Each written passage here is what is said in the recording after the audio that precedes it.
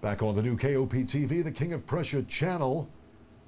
It is our final segment. We have a few minutes left. 610-337-6600, the office telephone number, which has a 24-hour answering service. We have a whole staff of little people who sit in a room all day waiting for your call, but they pretend like they're just a voicemail.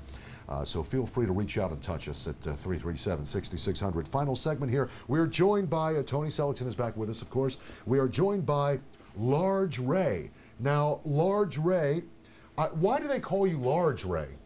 Back in the BMX days in the late 80s, I was involved in BMX, and all the guys were small, like gymnastic type guys, and I was as big as I am now.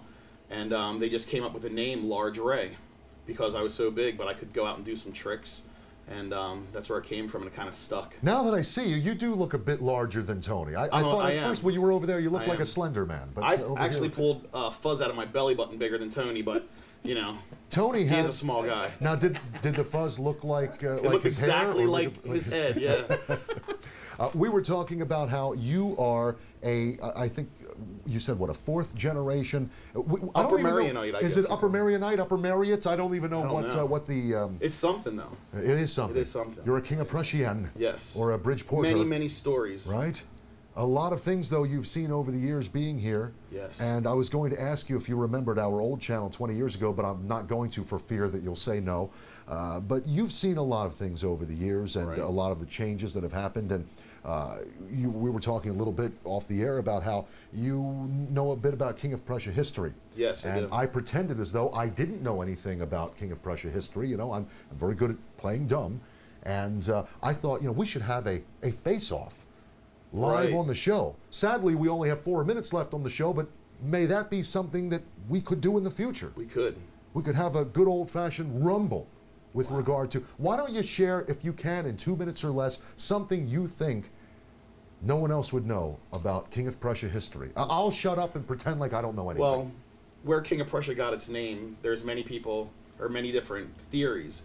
I think the best theory is one that I read in a book from many years ago, that there was an inn in King of Prussia, which we know as the King of Prussia Inn, but before it was the King of Prussia Inn, the owner put up a sign that said, the King of Prussia Inn, because the soldiers that were here for the British hired Hessian soldiers, and he knew they had money because they got paid to fight.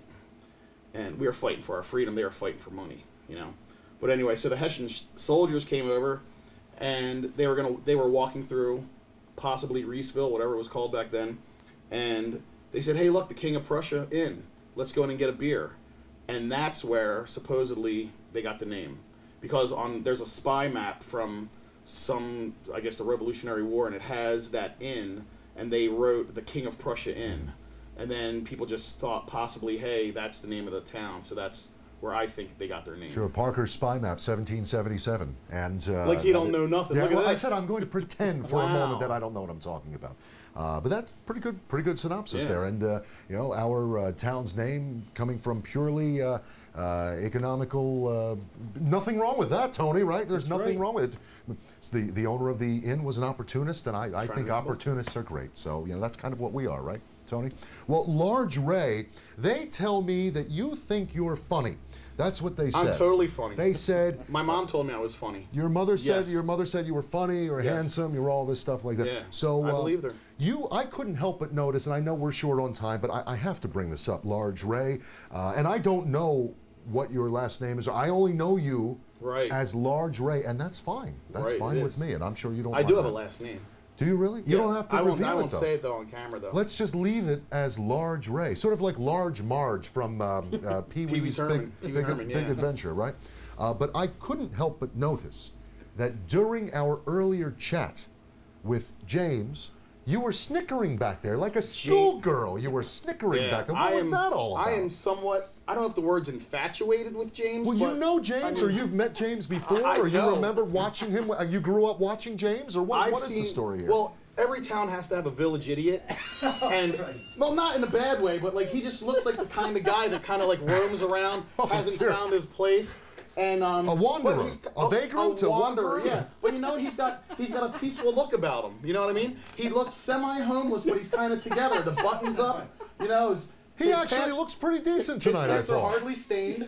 He's got no socks. Oh, my goodness. But he looks good. That's how he gets the news. He wanders. Right. He's around. He's on the street. He's on the street, exactly, Mike. I mean, he's crawling around. You know, when they say sniffing out news, he's actually sniffing out news, right? No, he's put together well. So you had never met James, though, before tonight? No, but I feel like I've known him my whole life. The way you were interacting bond. with him, It's the way unbelievable. Large Ray and James were interacting during the break, I just assumed that you guys, went As soon as I back. met him, I immediately wasn't afraid of him. He was so calming. Oh, thank you. Yeah. So at least, though, he's of no threat, then, is what you're saying. No, He's we not- patted him he's not down a threat. before we got in here.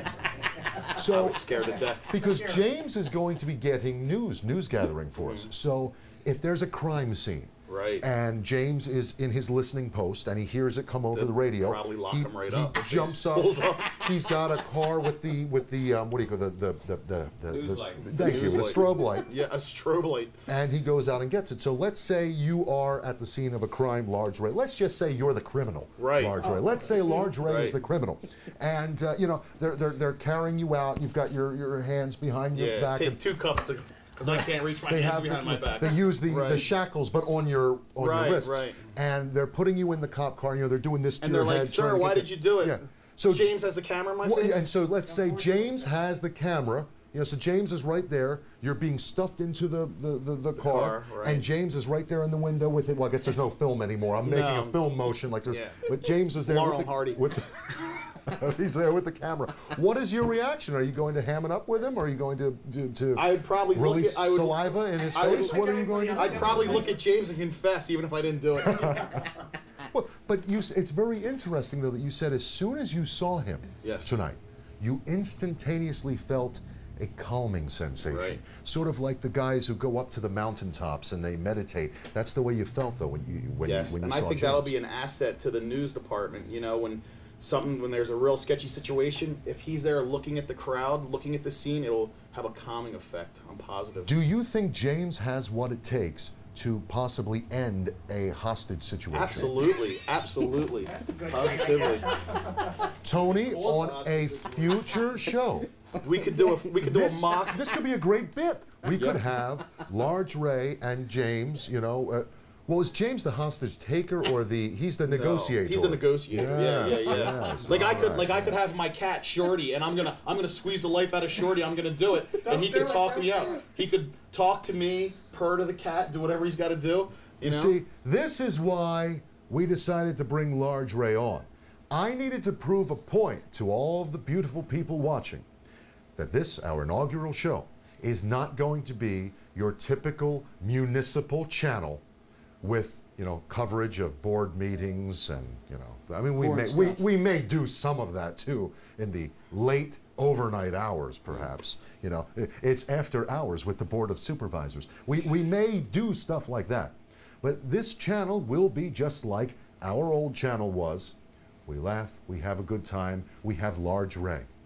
Nobody else has Large Ray or James Heck.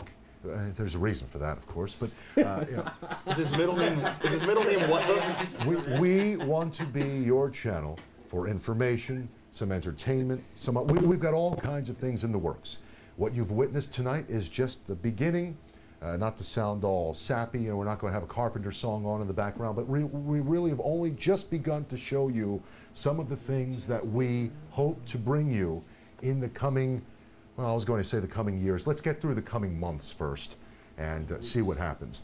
337, what was the number? 66, thank you. 337-6600 is our 24-hour voicemail. You can leave it on there. If you're interested in advertising on this, if you're interested in ponying up some money to be a part of this, we'd love to have you. One more time, Tony. I'm sorry, I gave the wrong. Astera Film and Video. I'm stuck in the 90s. Tell everyone one more time. Astera Film and Video. My phone number is 610-337-0871. And it's Astera Film and Video. That's ass with a Terra at the end. Okay, I guess now. A-S-T, spell it A-S-T-E-R-A, right? Yeah, AsteraVideo.com. Okay, and it's 337-0871 and the website AsteraVideo.com. Yep. You can find us at KOPTV.com and also the Facebook, which I'm trying to not rely on the Facebook thing too much, but there is some stuff there.